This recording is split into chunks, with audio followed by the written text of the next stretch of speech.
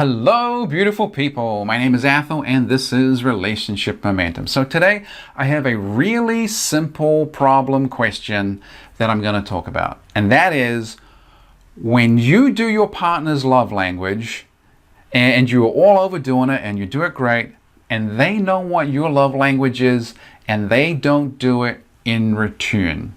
So let's say their love language is acts of service. You are all over the acts of service. You are helping with cooking. You're helping with cleaning. You're doing the laundry. You're doing yard work. You're making them cups of coffee and then bringing them to you. You're putting the kids to bed so they can have a little break. You are all over it, and they know it, and you're doing just fine on that. But your love language is words of affirmation, and the last time you heard I love you or great job or thank you or you're awesome was months ago. Your love language is gifts. You last got a gift spontaneously in 2009, and your last 3 birthday gifts were questionable. Your love language is physical touch, and you just don't get touched. You don't get hugged, you don't get held, and maybe sex is almost completely out of the question. So you do their love language, they don't do yours. And the thing you have to understand is that when you have that dynamic, it starts turning the good thing of doing their love language into a negative thing and becoming increasingly unattractive. And let me really clarify that, because this is an important point.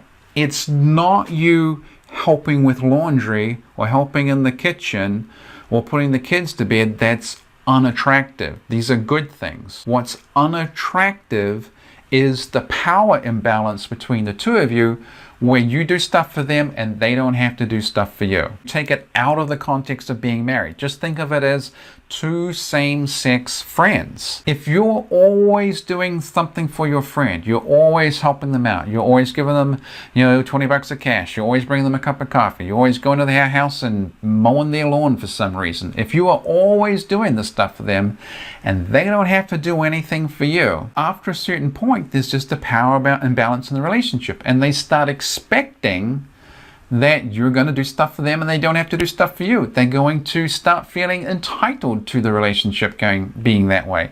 They're going to start feeling like it's normal that you basically do stuff. They're going to take you for granted, and slowly over time they're going to lose some respect for you. They're just going to assume you're going to do stuff for them. So let's take it out of that same-sex friendship and then put it back into the marriage. Takes that good things of doing acts of service, expressing love, words of affirmation, you're doing it all, and it turns into a negative thing because you're going over the top with it. So what do? Well, the first thing that you try is you talk about it, and then that fails. Because you say, hey, I'm doing all this stuff and I'm not getting what I want. And they say, yeah, I understand, it's kind of shitty and I should be different, and I promise I will be different and it will change. And then it changes for maybe 20 minutes, 24 hours at the most, and then it's right back to what it was. So the first step in this process is always to start pulling back on going overboard on their love language. If you're doing a whole bunch of acts of service, you need to pull it back to just some acts of service. If you are going crazy, just shock and awe with gifts on them every other day, well, you need to tone that back. If you are touching them all the time like some sort of cross between a golden retriever and an octopus, you need to pull that back a bit. And you need to consciously pull it back. And you will probably feel compelled and almost programmed to do all this stuff for them, and it will feel horribly unnatural at first. But you gotta do it because you've been making the relationship worse instead of making the relationship better. So you have to consciously pull back some, and you have to telegraph to them that you're pulling back some. Yeah, I don't feel like doing this anymore. I feel like I'm putting a lot of time and energy into this and I'm not getting a whole lot back, so I'm just starting to tone it down. And it's not until you start pulling away some of the love language stuff that they're fully going to hear you that there's an imbalance, that there's some kind of problem with all of this. So that is always going to be the first step, and they will probably question your loyalty, question your love, ask you what's wrong with you, say that you've changed, say that you're horrible, say that you're mean, and generally just sort of throw this sort of all-purpose kitchen sink of guilt and shame and questioning, and you really just have to bat it aside and say, no, I'm doing all this stuff, I've tried doing all this stuff, I'm tired of it, I'm just pulling back some.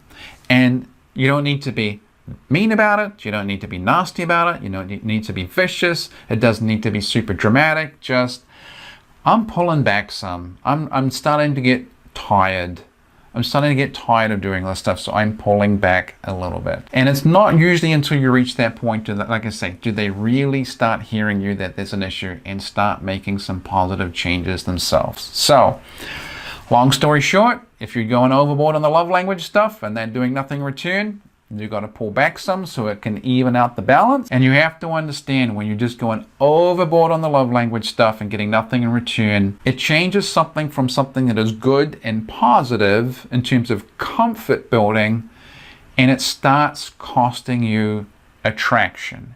And like I've said in many of these videos before, you can do all the comfort stuff in the world, but if you don't have attraction, it doesn't count.